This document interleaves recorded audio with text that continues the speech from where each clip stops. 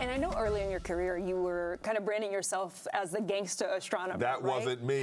That wasn't me. Tell me more. Why wasn't it you? So what happened is I had worked in Africa for a decade, all right? And then 2009 was the anniversary of Galileo, using a telescope astronomically for the first time in 1609. So it was the International Year of Astronomy. And I'd already been working in Africa. And so these things called Galileo scopes were given out all around the world. And they were useless. And I found it offensive. Okay. At the same time, astronomy was moving into a new era. We had made bigger and bigger and bigger telescopes, which meant that those really big telescopes can't look at the nearby bright universe. They have to look at very distant things. And so once we opened up a new window of time, right, where we're discovering new planets, we do that by making observations over time, right? And so, anything that's changed in the universe. What happened is, suddenly, you didn't need a big telescope. You just needed a small telescope, okay? So I thought, how can I get a bunch of telescopes in the Southern Hemisphere? And I heard the story of this gentleman who worked for the Innocence Project who gave a TED Talk, and the audience gave him like millions of dollars that afternoon. And I thought, I know what I'll do. I'll give a TED Talk, and they'll give me money to fund this project. And what happened is my pathway to get into TED Talk was to apply to become a TED Fellow.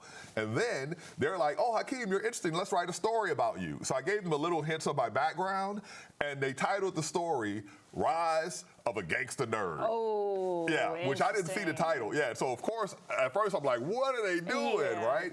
And then another organization, Ozzy, which no longer exists, but they wrote an article about me titled, The Gangsta Physicist, right?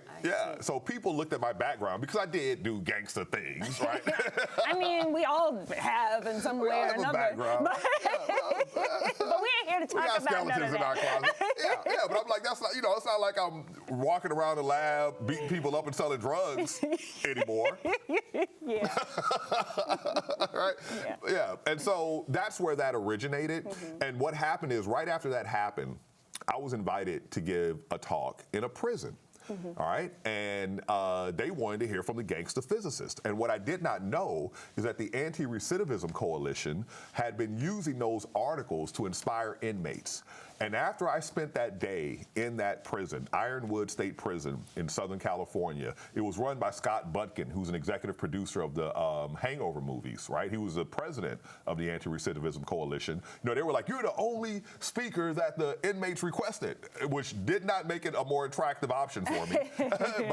but after I saw the impact that name had, I said, okay, I'll accept it, right? Because what I've always wanted to do is to impact people's lives positively.